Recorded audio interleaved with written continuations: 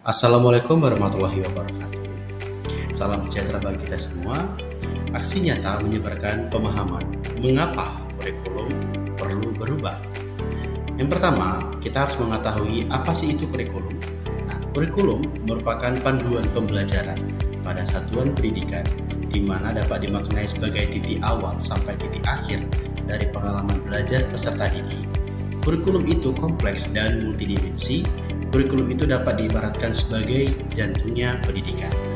Lalu, apa peran dan fungsi kurikulum? Peran kurikulum yaitu sebagai pedoman dan acuan dalam pembelajaran.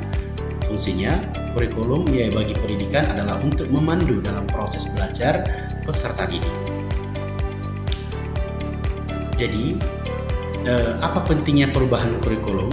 Ya, kurikulum yang baik adalah kurikulum yang sesuai dengan zamannya dan terus dikembangkan atau diadaptasi sesuai dengan konteks dan karakter peserta didik demi membangun kompetensi sesuai dengan kebutuhan mereka kini dan masa depan. Kurikulum harus selalu berubah agar sesuai dengan perkembangan zaman, apalagi masa sekarang ini ilmu pengetahuan dan teknologi informasi telah berkembang dalam pembelajaran akan membosankan tanpa adanya perubahan. Bukankah tugas kita untuk menyiapkan para peserta didik kita menghadapi zaman yang baru, zaman yang sama sekali berbeda dengan zaman kita dahulu?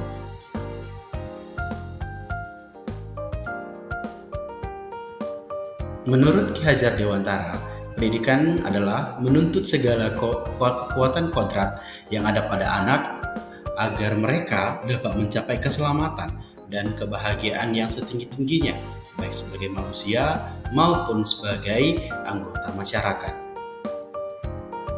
Jadi, dapatkah kurikulum berubah? Ya, kurikulum operasional satuan pendidikan harus bersifat dinamis, artinya dapat diubah sesuai dengan perubahan dan perkembangan budaya dan zaman, selain mengikuti zaman yang sudah diadaptasi sesuai dengan lingkungan geografis.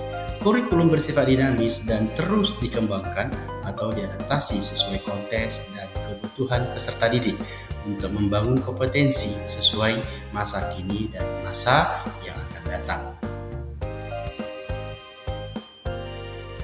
Mengapa kurikulum perlu berubah? Yang pertama, agar relevan dengan perkembangan zaman.